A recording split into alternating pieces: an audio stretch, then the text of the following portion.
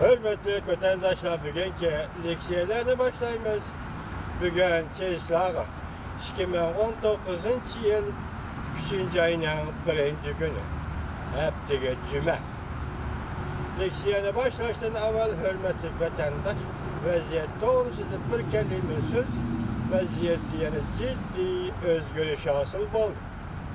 Mesela 27-28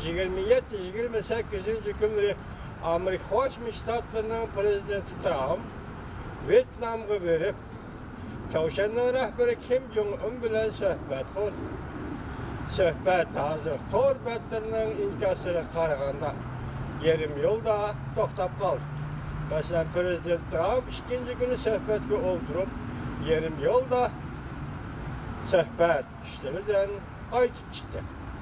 Demek vaziyetten bu terakkiyatı mesela Çavuşan bilen Amerika oturusundaki söhbetinin terakkiyatı Jungo'nun söhbetige, yani Jungo bilen Amerika Birleşik Ştatlarının söhbetige 3. ayda ötküzüldüğün söhbetige kandak tesir kıldığı diyen mesele.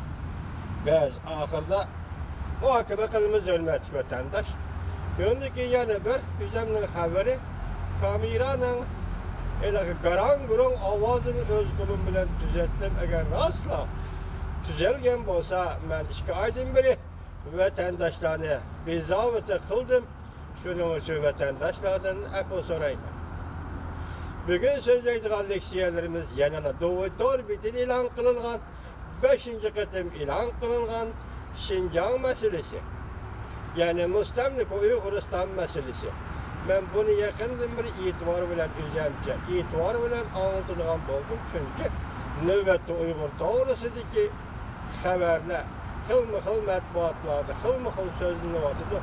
Şundakla Uygur tınlık medyalarda hem kayni sözünü vatıdı. Şu bu yüzümüzden takdirge münasebet bulgaçka, gerçi başka matbuatlardan anlayan bolsanlar mı? Lakin gene kulak sırıp anlaşılan ümit kılmanı hürmetli vatandaşlar. Ben leksiyani başlayman demse, birinci mavzu. Vietnam'da Prezident Trump bilen Kim Jong-un söhbeti her kandak gelişim imzalayalmadı. Muhbirleri kütüveleşiğinde Prezident Trump sebeplerini aşkarladı. Mavzula haber 2. ayın 28. gün Dovitor bitidi ilan kılındı haber. Bundan başlar. Vietnam'da ötküzülgen Amerika Çavuşan devlet başçıları söhbeti müddetin burun ahırlaştı.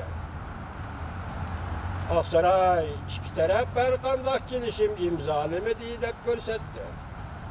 Keyin ötküzülgen muhbirlerini kütüveleşiğine de Amerika Birleşik Ştatları devlet işlakatı Mike Pompeo söhbetli müddetin burun ahırlaştırışının sebeplerinden bişaret bet.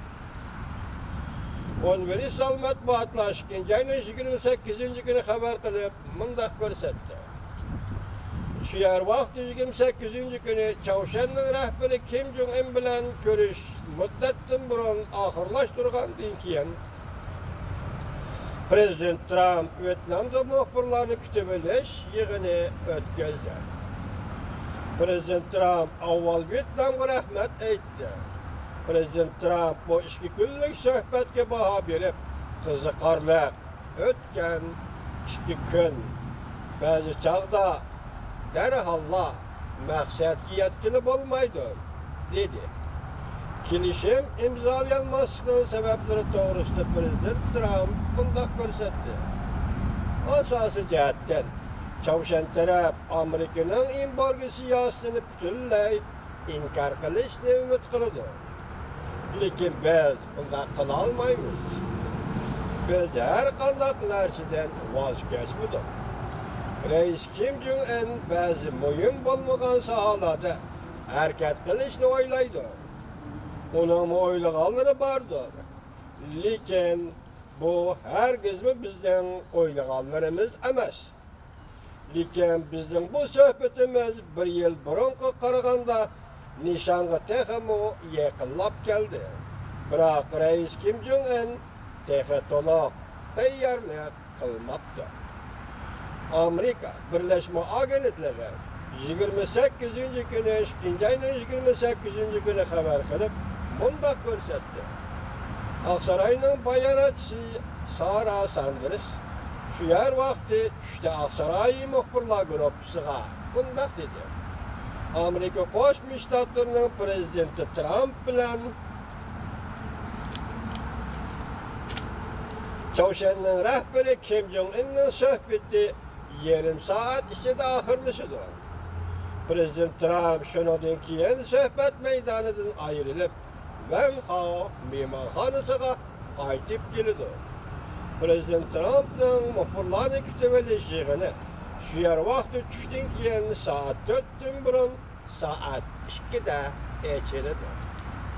Aksaray'ның bayonotchisi Sara Sanders xonimning bayonoti. İki tarafның suhbatida bugun tushda tuyuqsiz o'zgarish yuz berdi. Tuyuqsiz o'zgarish yuz berdi. Prezident Trump bilan Çavuşanның rahbari Kim Jong-un tushlik xizmat ziyofatini amaldan qoldirdi.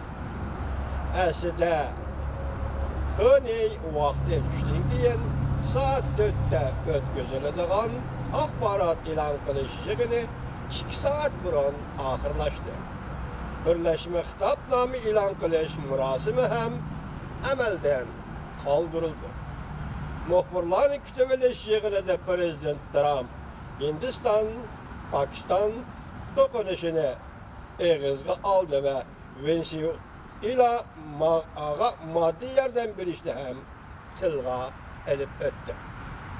Demek Vyetnamda o'tkazilgan suhbat Çavuşan Amerika suhbati yarim yo'lda to'xtab qoldi ekan.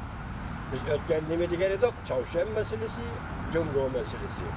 Jungo masalasi, Çavuşan masalasi degan edik.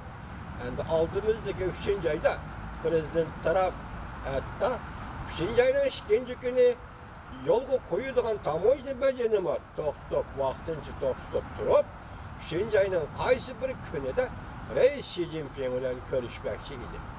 Endi bu qatam Vyetnamda